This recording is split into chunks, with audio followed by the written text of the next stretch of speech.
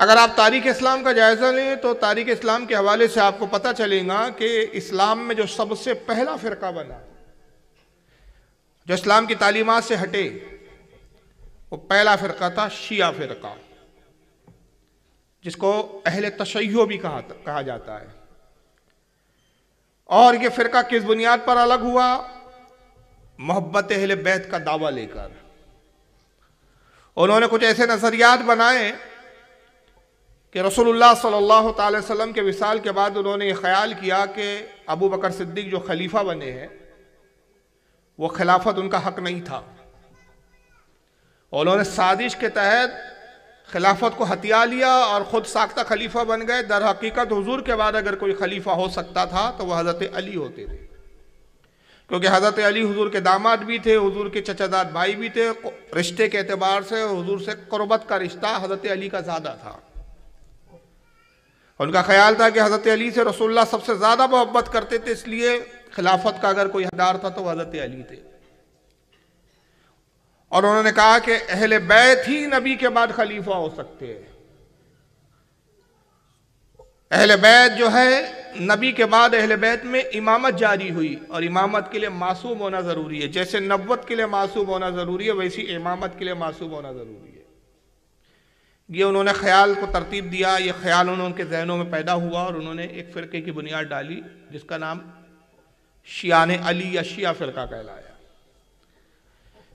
लेकिन इब्तिदा में जब ये फ़िरके की बुनियाद डली तो इस फ़िरके का सिर्फ इतना ही नज़रिया था कि वह खिलाफत के एतबार से हज़रत अली को अव्वल नंबर पर समझते थे, सहाबा किराम की तौहीन नहीं करते थे।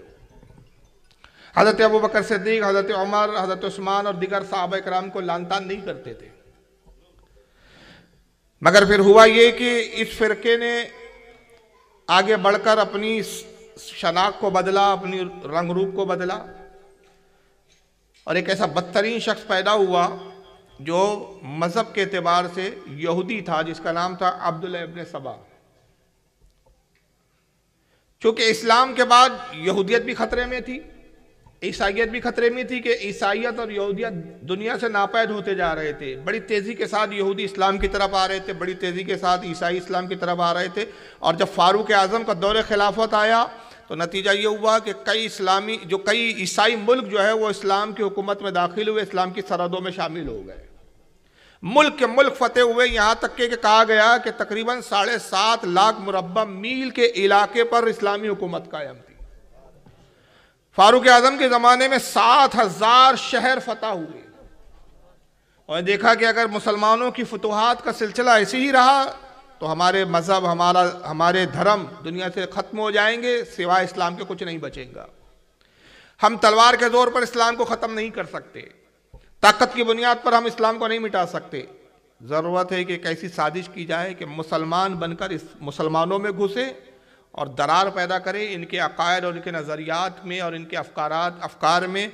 मोहब्बत रसूल, मोहब्बत सहाबा और मोहब्बत अहले बैत का जो ताल्लुक़ है मुसलमानों से, जिसकी बुनियाद पर ये दुनिया पर हुकूमत कर रहे हैं, उसके अंदर खलल अंदाज़ी पैदा की जाए, उसमें रखना डाला जाए। और जब ये रखना हम डालने में कामयाब हो जाएंगे तो ये खुद ही इस तरह हो जाएंगे कि इतने कमज़ोर होंगे कि ये फिर दुनिया के ममालिकों पर हुकूमत करने लायक नहीं बचेंगे।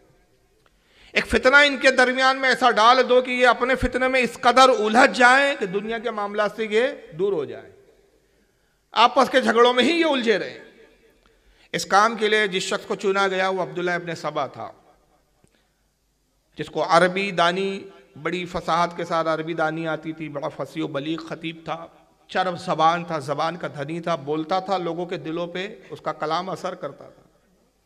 उस्मान गनी के ज़माने में शख्स यमन का रहने वाला था, यमन से मदीने में आया, ज़ाहिरी तौर पर इस्लाम कबूल किया, अंदरूनी तौर पर पक्का मुनाफिक था। रंग का काला था, इसलिए इसकी कुनियत अबुल अस्वद थी। इसको लोग अबुल अस्वद कहते थे, काले का बाप, यानी काले, बहुत ही ज़्यादा काला था।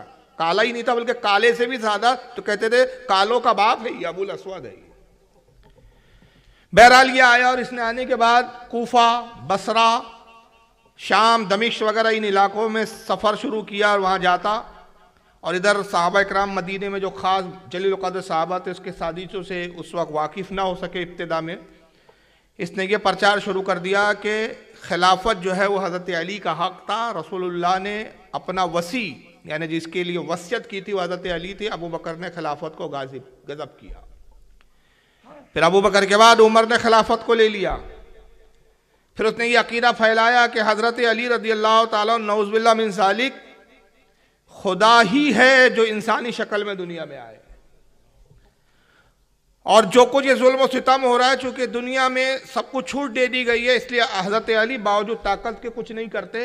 गोया एक लफ्ज़ इजाद किया गया और वो ये कि तकिया कर लिया उन्होंने। तकिया ये मतलब कि अब ताकत होने के बावजूद, इख्तियार होने के बावजूद इख्तियार का इस्तेमाल ना करना, जुल्म और सितम देख कर भी सब्र कर लेना, इसको तकिया कहा गया। और कहा इस पर भी बड़ा अजर व सवाब है। उसने जो अकायद फैलाया उन अकीदों में एक अकीदा उसका यह भी था कि हुजूर का जैसे ही इंतकाल हुआ तो सिर्फ 6 सहाबा इकराम थे जो ईमान पर रहे, बाकी सारे सहाबा ईमान से फिरकर मुर्तद हो गए माज़अल्लाह। उसका एक अकीदा फिर यह भी था कि अबू बकर सिद्दीक ने अपने ज़माने में जब कुरान लिखा तो उन्होंने कुरान में हेर फेर शुरू कर दिया। एक पूरी सूरत थी जिसका नाम था सूरह अहले बैत। चूंकि अबू बकर सिद्दीक को माज़अल्लाह अहले बैत से, नबी के घर वालों से, नबी के घराने से और खुसूसियत के साथ बिलखुसूस हज़रत अली से दुश्मनी थी, बुग़्ज़ था, चुनांचे अहले बैत की फजीलत में जो आयतें उतरी थी, एक सूरत उतरी थी। अबू बकर सिद्दीक ने जब कुरान को तरतीब दिया अपने दौरे खिलाफत में तो वो उस सूरत को उन्होंने कुरान में दाखिल ही नहीं किया, उसको निकाल दिया। ये अकायद उसने फैलाए और वही अकायद की बुनियाद पर यह शिया फ़िरक़े में जब ये अकायद पनपने लगे तो उसी फ़िरक़े को अब एक और लफ्ज़ के साथ इजाफा किया गया और कहा गया गाली शिया। गैन से गाली शिया यानी घुटे हुए, तबर्राबाज, जो सहाबा पे लानतान करे, सहाबा को काफिर कहे। इस तरह के उसने प्रचार किए और जब हदें बढ़ी उसकी, यहाँ तक हुई कि उसने हज़रत अली के खुदा होने का अकीदा लोगों के दिलों में रासिख करना शुरू किया।